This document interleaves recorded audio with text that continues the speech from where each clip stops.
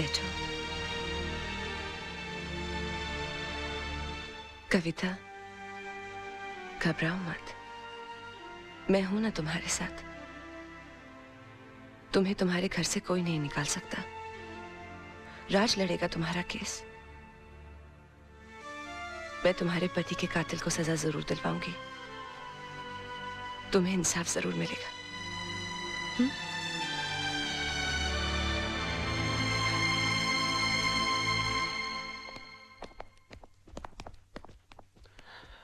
Hi baby. हाय जान,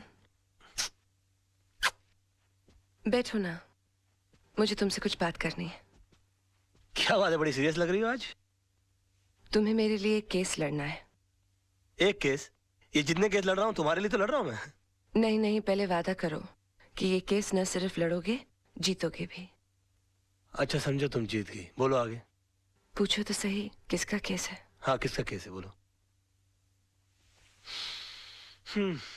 कविता के husband का केस, उसके मर्डर का केस। ये कविता के हस्बैंड के मर्डर का जो केस है, उसका जिम्मा तो कालरा के छोटे भाई पर है ना? हाँ, और पिछली बार अगर तुमने उसे नहीं छुड़ाया होता तो शायद आज कविता के निर्दोष पति जिंदा होते। मैंने कविता को इंसाफ दिलाने का वादा किया है। तुम मेरी कसम खाकर कहो कि मेरा ये वादा तुम पूरा करोगे। करोगे ना?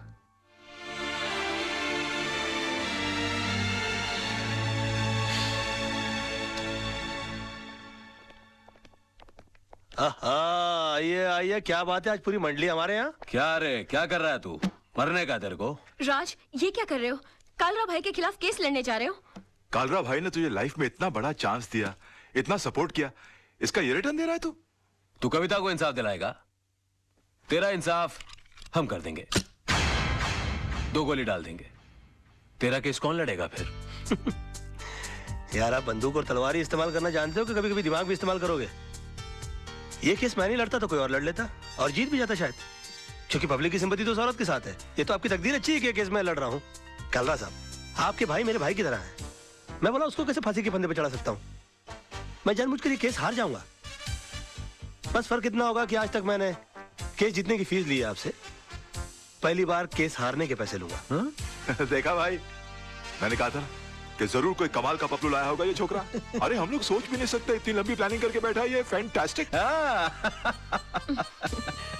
मान गए गुराना। ये इसको अंदर रख लीजिए आप अपने। आई एम सॉरी राज, मैं जरा अपने भाई के इमोशन में बह गया था। Never mind, it's okay. I am sorry. दिल पे नहीं ले रहा हूँ। ठीक है। कमाल का शेर पकड़ के। लेकिन तुम्हारे साथ जीतने के लिए कौन सा लॉयर अपॉइंट करूं? तेजपाल एसोसिएट्स में से मिस्टर आदर्श।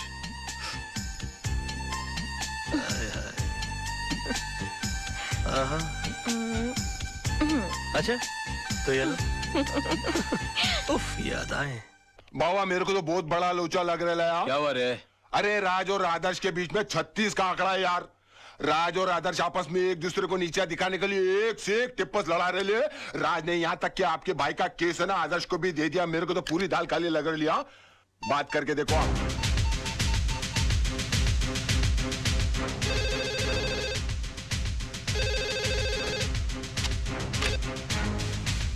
क्या रे, कालरा बोल रहा हूँ मैं। अरे काला साहब क्या करते हो? आपको कितनी बार कहा है कि घर फोन मत किया करिए। ए बोल वचन बंद कर बे। मैंने सुना तेरे और आदर्श का 36 का आंकड़ा है। मेरे साथ गेम कर रहा है क्या? जी हाँ, गेम तो खेल रहा हूँ मैं आपके साथ। क्योंकि केस लेने के लिए मेरी वाइफ ने मुझे मजबूर किया है और वो अच्छी तरह से जानती है कि मेरे और आदर्श के बीच में टेंशन चल रही है, तो वो कभी सपने में भी नहीं सोच सकती कि केस में जानबूझ के हार जाऊंगा। समझ गया आप मेरा गेम? जरा बड़े हो गए हम बच्चे आपके, जरा हमारा ख्याल रखा करिए प्लीज। है आगे से प्लीज। है दिमाग है वो बंदे में, दिमाग तो है।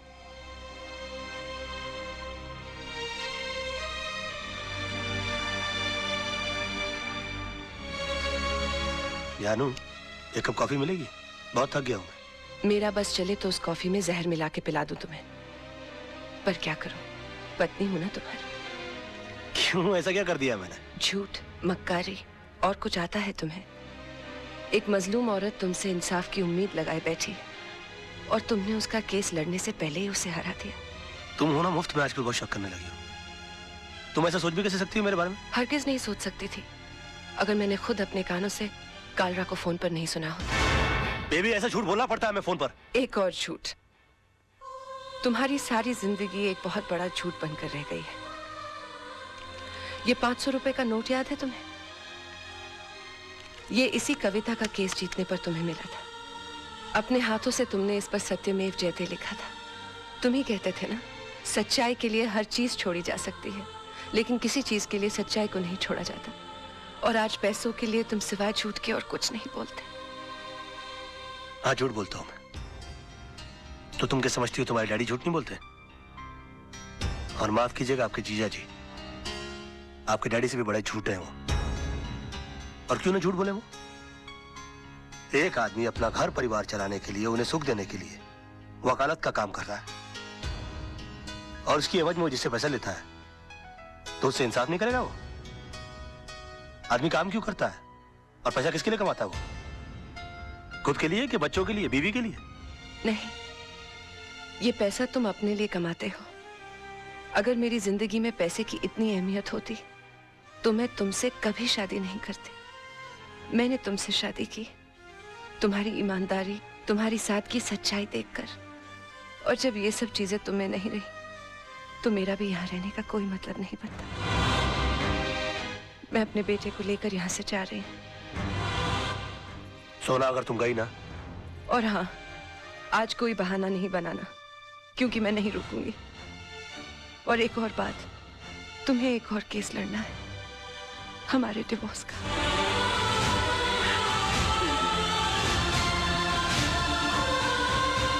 सोना, बेबे, जानू,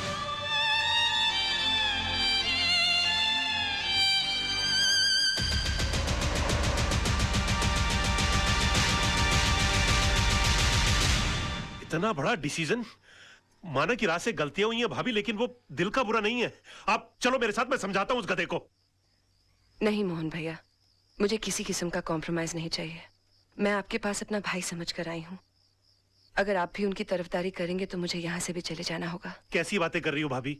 ये घर तो तुम्हारा है, लेकिन चिंटू के बारे में सोचो, उसके फ्यूचर के बारे में सोचो। भैया, राज के साथ रहकर ना तो मैं खुश रह सकती हूँ और ना ही चिंटू का कोई फ्यूचर है। इसलिए मैंने उन्हें तलाक देने का फैसला कर लिया है।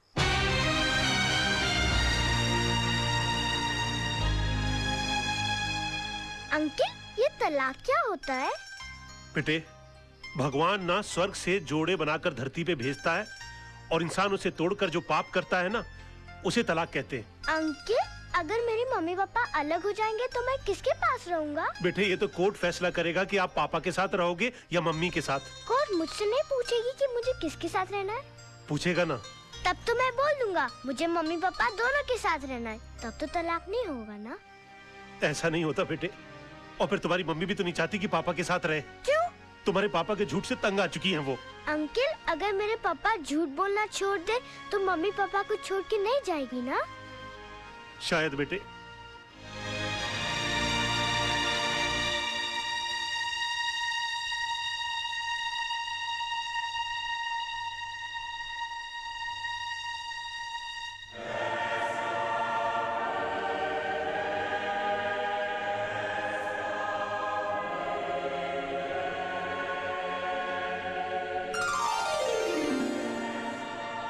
भगवान, मेरी मम्मी मेरे पापा के झूठ से बहुत परेशान है। आप चाहो तो क्या नहीं हो सकता। ऐसा चमत्कार करो कि मेरे पापा कभी भी झूठ नहीं बोले। अगर चाहे भी तो उनके मुंह से कभी भी झूठ नहीं निकले। Thank you. राज, आज मैं बहुत खुश हूँ क्योंकि तुम्हारी बोर बीवी से तुम्हें छुटकारा मिल गया। उठ! उठ! क्या मेरी गोद को कुर्सी समझ रखा है जो बार बार आकर मेरी गोद में चढ़ जाती है? हाँ? या कबूतर खाने का चबूतरा समझ रखा है इसको? और हाथ पांव से इतनी तगड़ी है कि किसी कमजोर आदमी की गोद के अंदर बैठ जाओ ना तो वहीं के वहीं अपाहिज हो जाए वो बेचारा। और तुम क्या मेरी बीवी को बोर बोलती हो? तू बहुत बड़ी टाइम पास है। हाँ? अरे वो तो अपने प्रोफेशन को आगे बढ़ाने के चक्कर में, अपने आप को आगे ले जाने के चक्कर में मैं तुम्हारे चक्कर में आ गया। अरे मैंने कभी अपने सगे बाप को प्यार नहीं किया तो तुमको क्या प्यार करूंगा मैं? हाँ, और एक बात कान खोल के सुन लो, मेरी बीवी इतनी बड़ी बोर नहीं है जितनी बड़ी तू चोर है।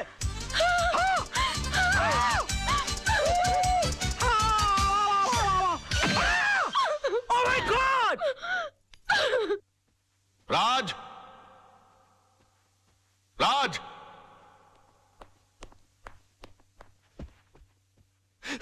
ये मैं क्या सुन रहा हूँ बेटे?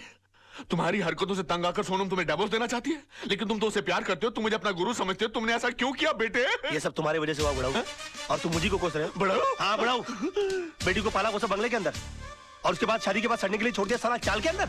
हाँ, अरे वो तो कम अकल थी, लेकिन तुमको तो अकल थी, तुम रोक सकते थे उसको, लेकिन नहीं, मैंने तुमको अपना गुरु माना। और तुमने क्या किया मेरे साथ? गुरुद्वारे के बाहर हाथ में कटोरा देकर भिखारी बनाकर खड़ा कर दिया मुझे, और बोले बेटा मांग भीख। बड़े दामाद को देरी चलाने के लिए कंपनी, और मुझे क्या दिया? Social service centre. कहा गरीबों की दुआ लगेगी? मेरी बद्दुआ का डर नहीं लगा तुझे बुड्ढे? हाँ? बड़ी बेटी की शादी के बाद रिटायर नहीं हुआ, लेकिन मेरी शादी करते रिटायर होकर भिंडी और आलू उगाने के लिए चला गया गांव के अंदर। और याद है किस तरह से पीठ पर हाथ मारकर मुझसे कहा, हाँ, कि बेटे I am proud of you my son, I am proud of you. मेरी बेटी खाली हाथ घर से जा रही है। अरे यार, जब बच्ची के हाथ में कुछ दोगे नहीं तो खाली हाथ ही जाएगी घर से। इतना भी नहीं कि महीने 2 महीने का खर्चा दे देते, लेकिन ना, कहा कि मेरी सारी चिंता दूर होगी। अरे अपनी चिंता जब दूसरों को दे दोगे तो खुद की चिंता तो दूर हो जाएगी ना। 2 बेटी पैदा कर सकते हो, 2 घर दबा नहीं पाल सकते थे।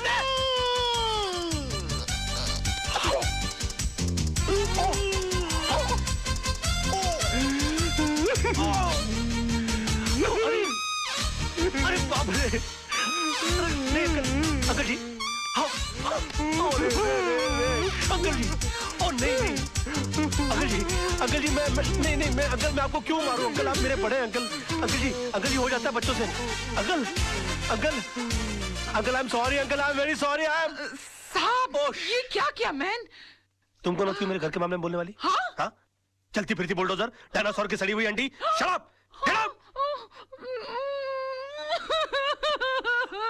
Oh, I'm sorry, Tisa baby. I'm so sorry. Dinosaur, Anna, तुम लोग अपना काम करो।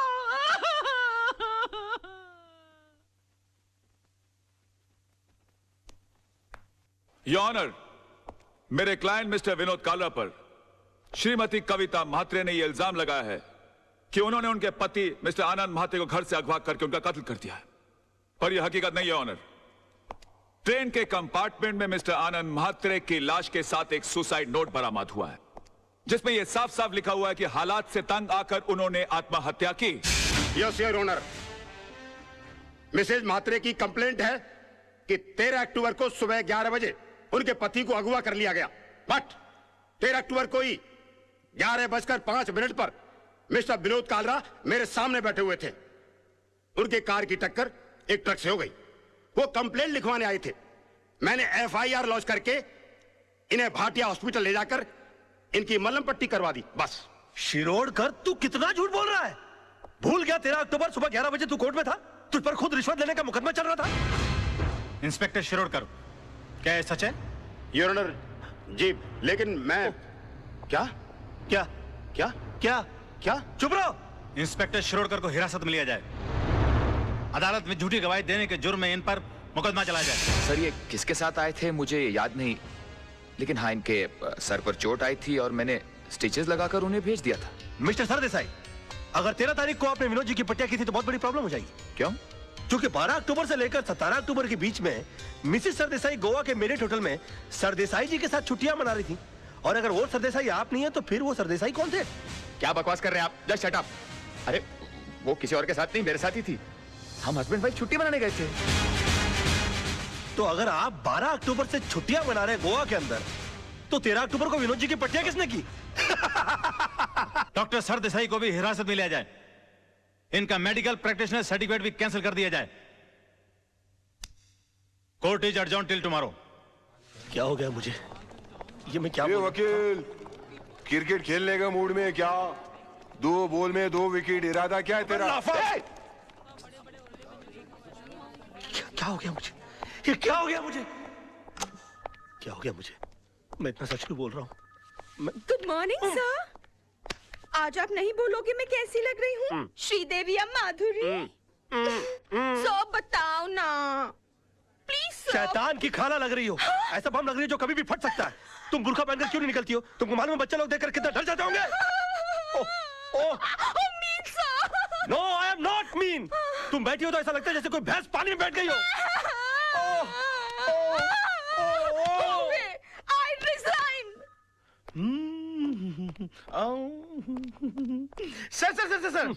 सर मैं कैसा लग रहा हूँ? लग रहा हूँ ना बिल्कुल धर्म जी जैसा। ओ धर्म जी की इतनी बेइज्जती।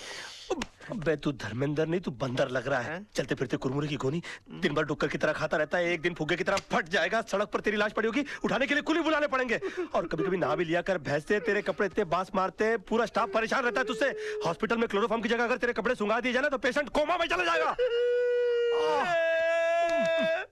अबे पेट मत खींच, पेट खींचने के बावजूद तेरा पेट बाहर रहता है। मुर्दे के बाल काट देने से उसका वजन हल्का नहीं हो जाता। बे मैं क्या बकवास कर रहा हूँ, मैं क्या बोल रहा हूँ, मेरे कंट्रोल में। अबे तू कंट्रोल में आ जा वरना तुझे काट के फेंक दूंगा मैं। डार्लिंग सोना लव माय बेबी, तुम यहाँ क्या कर रही हो? तुम चली जाओ इससे, आज के दिन मुझसे कोई नहीं मिलेगा। प्लीज प्लीज तुम चली जाओ इससे। मैं तुमसे बात करने नहीं आई हूँ, मैं सिर्फ इतना पूछने आई हूँ कि तुमने डैडी से ऐसा क्या कह दिया कि उनका बीपी लो हो गया, उनके लिए डॉक्टर बुलाना पड़ा। ओहो तो बुड्ढा बच गया। हाँ? मैंने तो सोचा था कि अब तक निकल लिया होगा। क्या बकवास कर रहे हो? बकवास नहीं, मैं सच बोल रहा हूँ। मैंने तो उनसे भी साफ साफ कह दिया कि मैंने उनके नाम और दौलत के चक्कर में तुमसे शादी की थी। हाँ तुम्हारे पीछे मैं लट्टू बनकर इसलिए पड़ा हुआ था, तुम्हारी गाड़ी के सामने मैं झूठ मूठ कूदा था, मगर तुम इतनी बेवकूफ लड़की हो कि इतना छोटा सा झूठ नहीं पकड़ पाई। तरबूज में कान नाक मुंह फिट किए हुए तुम्हारे बाप की शक्ल की इंसान की मैं पूजा करता रहा, ये सोच करके वो मेरी जिंदगी की छतरी बनेंगे, मगर तुमने मेरे सर से छपराई गुड़ कर दिया। सम्मान और खुदारी के चक्कर में तुमने मुझे मदारी बनाकर छोड़ दिया। सॉरी सोना, सोना मुझे माफ कर दो सोना। सोना मैं क्या करूं, मेरे मुंह से सच निकल रहा है। तुमने बोल लिया ना।